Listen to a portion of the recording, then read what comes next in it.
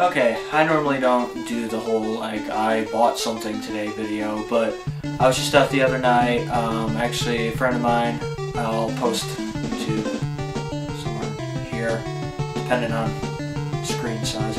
Somewhere in here, I'll post a link to his site. Cool guy, David, he lives in the Sandusky area. Actually knew of, you know, some cool places to hit up for video games, and I'm actually really into the old NES. So, first off, hit up the Record Exchange. I tried to hold back from spending all my money because whenever I find games for like $5 and under, I want to just blow up my whole paycheck. But picked up some Galaga, basically because I had the instruction book already. And then we got Gunsmoke, which nobody really ever talks about. It's a good little Capcom game. Check this out. Alien Syndrome, because I love the tension cards. They're just so fucking weird looking. Roger Rabbit. It's only $2.50. It's probably only worth half that, but the creme de la creme that I found. Oh yes, 2 Bible games by Wisdom Tree. I didn't have any of these, and I've actually been looking for the Bible games for quite some time because they're just notorious for how bad they are. So I was like, I have to get, if not one, all of them.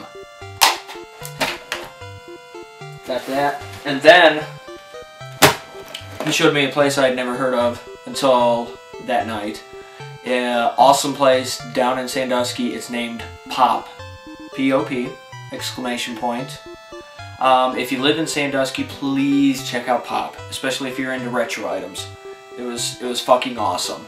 I mean, they had everything from, there was fucking, like, toys, to video games, to movies, to books. I mean, if you're into, like, pop culture at all, even, like, the retro stuff, like, please do yourself a favor and check it out. And if you're into old video games, there's a shit ton there. So while I was there, I found River Raid on the suggestion that Dave said, hey, pick it up, it's a good shooter. Haven't played it yet, but I will. These two, just for the hell of it, because at this point I'm padding up my collection. Karnov, which is it's a really weird game. You play as this like Russian who like runs around and fucking shoots like fireballs from his fist. It's weird as shit, but you know. And then Raid on Bungling Bay. I haven't played it yet, but I didn't have it. It was cool that he had games from like every friggin' system. Like he just had Master System games, just boxed, just sitting there, and they were all like $3 a piece, which is cool for me. You know, if I can get any old school game like complete in the box for $3, I'm sold.